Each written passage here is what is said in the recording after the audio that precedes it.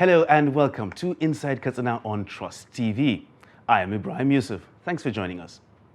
Now, in recent times, the major problem bedeviling most northern states is the growing spate of insecurity.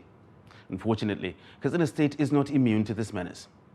However, under the leadership of the Executive Governor, Aminu Bello Masari, the state government has taken concrete steps in order to guarantee the security of lives and property of its citizens. Our focus on this episode of Inside Katsina is insecurity, and we have the privilege of speaking with Ibrahim Ahmed Katsina, SA to the Governor on security matters. He begins by describing his office as a child of necessity, born out of the current mitigating circumstances, and takes us through the various approaches the government is taking in order to bring an end to banditry in Katsina State, which include identifying the root causes of the current menace of insecurity and applying a systematic knowledge-based approach towards addressing the problem. Let's take a look. Well, the Office of the Special Advisor on Security is a child of necessity. You know, this part of the country, sometimes we tend not to be proactive. And we are mostly reactive to situations as they arise, then we start to scavenge. So His Excellency, in his wisdom, felt we need to be more proactive in the security management of our affairs, and reached out to me to come up with a concept note, because I was running a consultancy firm on peace building after my retirement from service. And that time, I did some consultancy work for the state government on youth restiveness and drug abuse and the way forward, in which we organized a lecture series across the three senatorial zones to mobilize the youth as a wake-up call on the dangers and menace of drug abuse and youth restiveness. We forecasted that time that these problems will come up. And as long as you leave the youth without proper care, you're bound to have a problem. So after that, His Excellency said, with the glaring trend of armed banditry we are facing in the state, that let us come together and make collective sacrifice. And before that, I worked with him when he was the Speaker House of Representatives from 2003 to 2007 as his Special Advisor on Security. So historically, we have known each other for over 30 years. Our relationship is based on trust and confidence. To the extent we have become personal and to a sort of family. So that trust made him to discuss the imperatives and the need to overcome these challenges. And I told him, sir, for us to see through these challenges, we need to understudy the factors that led to the emergence of the trend. Because ordinarily, we are called Hausa Fulanis. But now a Hausaman is fighting the Fulanis are fighting the Hausas. What are the imperatives? So part of the mandate it gave me is to conduct research and analysis of the situation and come up with a knowledge-based approach towards problem solving, which is the key. Anything you apply without knowledge and test of hypothesis, you are bound to fail. So that was how we started. That was the emergence of this office. And he asked me to be giving him strategic advice on policies and programs that affect security management in the state. That was how the office came up. And he appointed me as a special advisor on security, effective from November 2019, who was sworn in. And to the glory of God, we are doing the needful in the little way we can to see that we're on top of the situation. That is how the Office of the Special Advisor on Security came on board. It's directly under the Office of His Excellency, the Governor, because insecurity is like it's a first-line charge. It doesn't require bureaucracy. It requires proper coordination and centralized control. That's why it's directly under the Office of His Excellency. And to the glory of God, He has been very supportive, very handy, and actually very, very committed to seeing that we succeed in the assignment he has given us.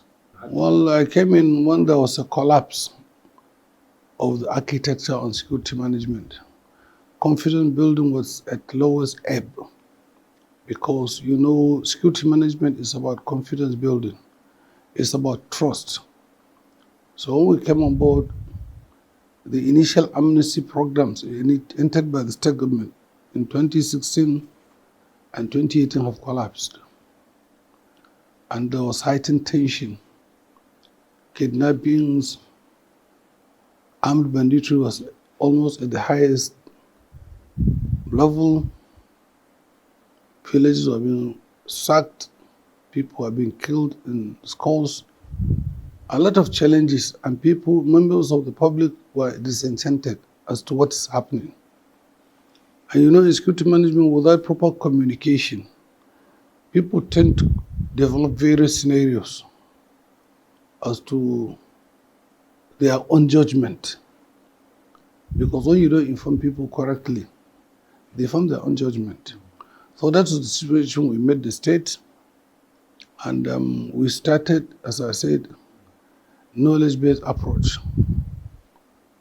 testing various hypotheses, and realizing that every crime has a local content.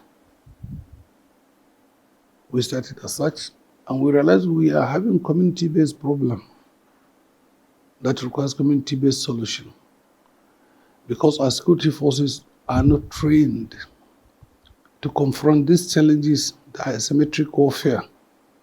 Actually, that is where the gap is.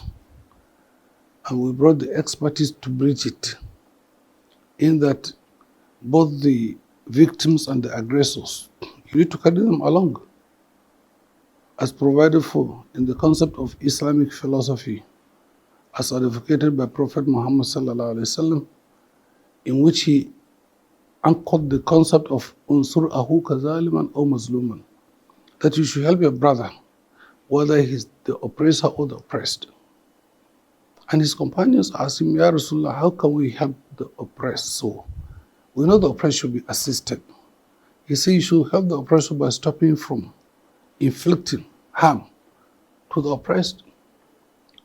So we started networking, reaching out to the bandits, as most of the bandits are from the local communities.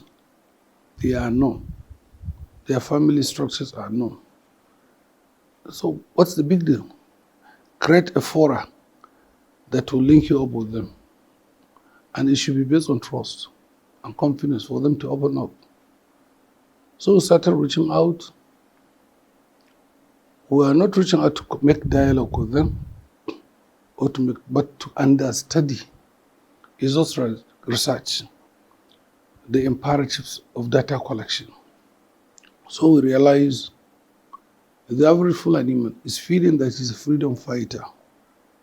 He's not a bandit, he's not a criminal, because they feel they have been oppressed for long. And based on that, they are on a revenge mission. And historically, Alan Jamil, in this part of the country, the average Fulani man is regarded as a fool. People make jest of him, do whatever, not realizing the person you are antagonistic today may resonate next time to be the person that you will dread. And that's what is happening exactly. The average Fulani man was underrated, that people just make fun of them. And they were so embittered with that. They felt oppressed, they felt cheated, and they started networking among themselves. That took us to where we are today. They acquired arms, initially for self-defense, and now they turned these arms from self-defense to illegal operations that gave rise to what we are facing today.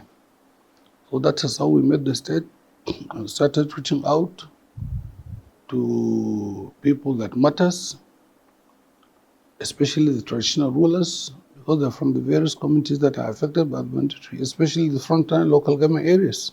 We started reaching out, especially to the traditional rulers and other influential community leaders, because most of these criminal elements or so-called bandits are from the local communities. So we got their backgrounds, their contacts, and they opened up. And the first major breakthrough we made was when they kidnapped 300 plus students of Ankara Science Secondary School. I was the one who chaired the negotiations and the rescue operations.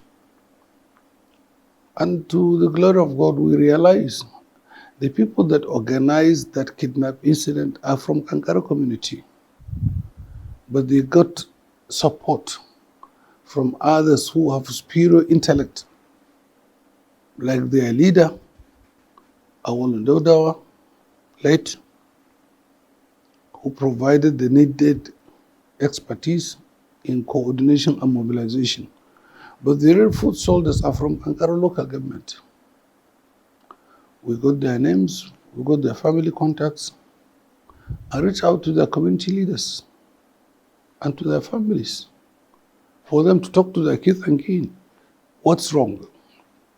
And they told us they did this kidnap not for pecuniary consideration, but to echo long-standing oppression and antagonism against every Fulani man, that he cannot come to Ankara market freely, he will be killed by Ensake, that the security forces are oppressing them too much, the traditional institution and what have you. They made a lot of complaints.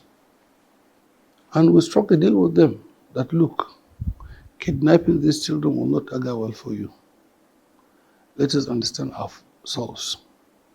Let us solve our problems based on local content initiatives. And these gentlemen agreed.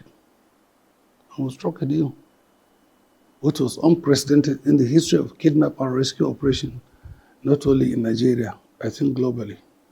Because as a security expert, there was no incident of such magnitude that was easily resolved as that of Ankara incident. Remember, the Chibok incident is still lingering. The Dabji incident is still lingering. The Awarish incident is still lingering. But that of Ankara, because we applied knowledge, local content initiative, expertise, and above all, the grace from Almighty, were able to surmount the challenges. And that's for another day, because we need to celebrate this success.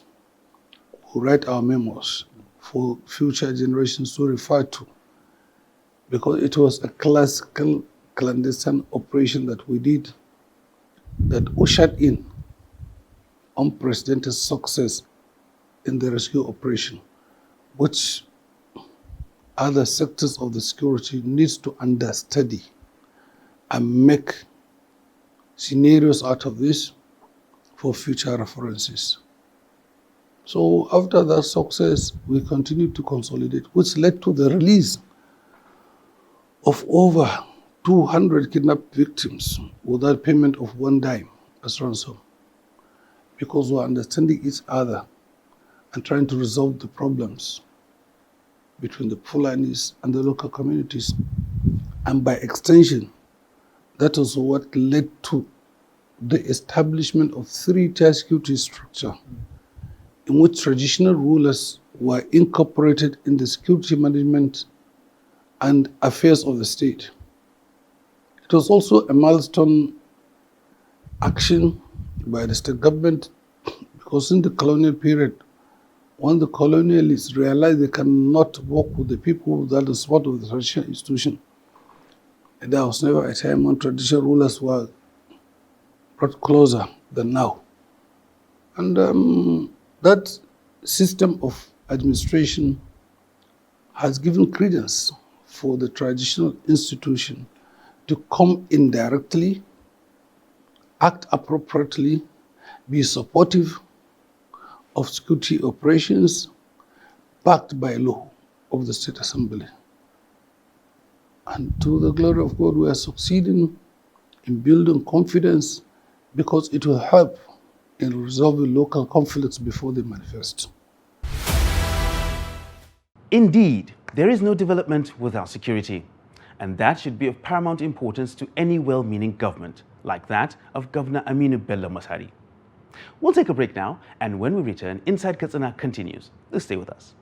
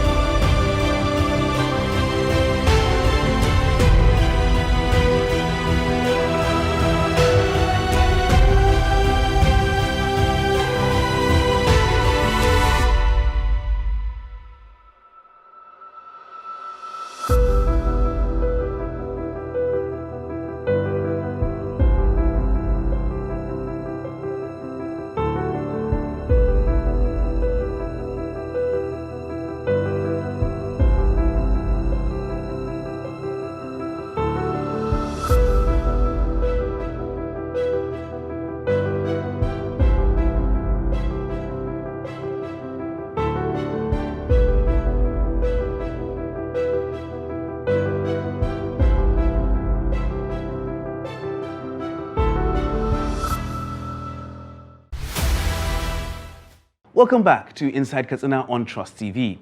We're still talking insecurity with Ibrahim Ahmed Katsina, SA to the Governor on security matters.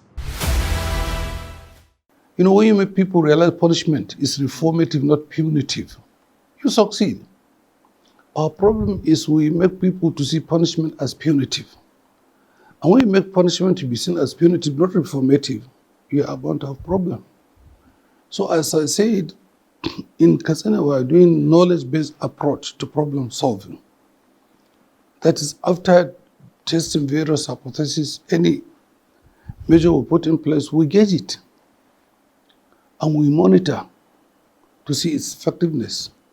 We do assessments, monitoring and evaluation mechanism that will give us, are we doing the right thing? Are we on the right track? Or we are backtracking so that we see what should be done. And so far so good with these concepts. We also introduce community vigilante to support security operations. The simple thing is, if you post a police officer, DPO, or whatever from the security services, They are mostly from other parts of the country. And the way things are going now, hardly you post a security officer in a place, he makes case study, city study, the imperative that will give him knowledge of the terrain. But in this aspect, we realize when we infuse local content through security vigilance, the result will be enormous. And that's why His Excellency approved the concept of integrating local vigilantes into our security architecture. In that aspect also, we formalize the engagement strategy through enhanced community policing initiative, whereby committee was set up under my chairmanship with the representatives of this police, the military, DSS, all the security agencies and traditional institutions, where we came up with a formula for recruitment through talent spotting, vetting, and profiling, so that we get the best. Don't allow criminal elements to infiltrate the system. And we started with the humble beginning of recruiting about 500 to 1,000. Now we're targeting 3,000 volunteer vigilantes that the state government is using to enhance security architecture in the state. And these vigilantes have been trained by the police and other security agencies on weapon handling, on information collection, crisis management, and what have you, so that they can assist the security architecture to be strong. You know, our security operatives are not many. So when you realize that in a local government that has about 50 policemen, or take for instance 100, what can they do to police that community that has a population of over 500,000 to 1 million? The ratio is too poor. So with this community vigilance, we have introduced an aspect that will augment the existing structure of the security operatives so that they can work hand in hand under the supervision and control of the DPO and the traditional institution. And there's another aspect we have done that will also reduce the potency of reprisal attacks. Have you realized the fact that this so-called Insecurity, private volunteer, masked people that will come to, excuse me, masked people that will come to a community market, identify people, especially Fulanis, kill them, take their cows and what have you. They also are thieves under the guise of providing security. We banned them because we realized they are increasing tension and threat to security. And that's why we replace their activities with that of local vigilantes. Anybody who wants to come and assist should be formally registered. He should have an identity and a traceable address. Not somebody that is not identifiable, will just come under the cover of that it is providing security, will be creating havoc, and in the long run allow the community to suffer. So the state government felt we should do the needful. Increase the level of security through confidence building and community participation. That is our concept of community policing initiative.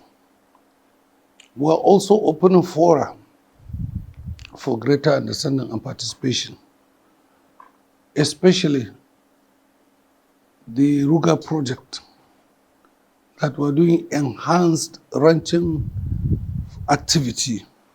That also is a measure that the state government, in collaboration with the federal government, has introduced, in which infrastructural services, rural healthcare, education, road, other infrastructure, dams and the rest will be provided in the frontline affected communities, so that these Fulanis can take their children to school, can take them to the clinics, can reduce this movement that often cause problem between farmers and herders. And as the world is changing, we too should change. That's why I say we're evolving knowledge-based approach. This nomadic nature of our Fulanis has to stop. Go to advanced climes.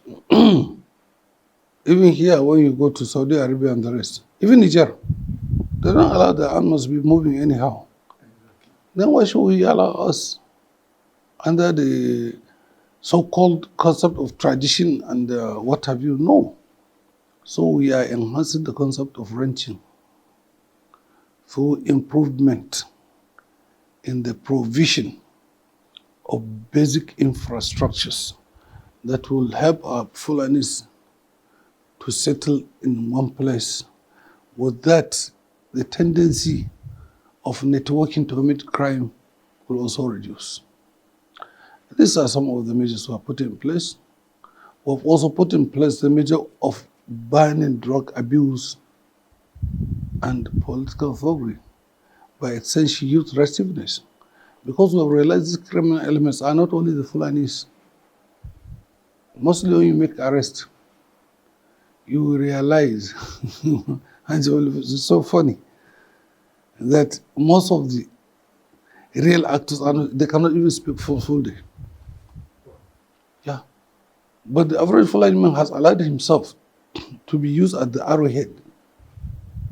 But the real actors that are controlling the scene are not even Fulanis. So it's a net of crime that has transcended beyond Fulani. But because of the nature of the bush they operate, anybody that commit any havoc now is called Fulani. And we felt we should not do that. We should be fair to all. Having realized the fact that the syndicate of crime or criminals has no boundary. Everybody is in it. An Igbo man is involved. Yoruba man is involved. Hausa man is involved. Thief man is involved. Nupe man is involved. Gwari man is involved. But the Fulani are being used as a cover to justify what is happening. So, in a nutshell, we have understood based on the psychology of crime that what is happening is sheer criminality in the north, backed by local agitation, which started from the Fulanis and expanded by the frontiers of opportunities that were provided through lack of employment for the youth, lack of engagement, positive engagement opportunities, and other basic aspects that were excavated based on the economic hardship we're facing. Now, it is without doubt that insecurity has taken a huge toll on most states in northern Nigeria. But with commitment shown by the likes of the Katsina state government in tackling this menace, things are starting to look up, and within the foreseeable future, it will be a thing of the past. This is where we wrap it up on Inside Katsina for this week. Join us again next week when we shall explore another sector being repositioned by the government of His Excellency Aminu Bello Masari. I am Ibrahim Yusuf. Thanks for joining us.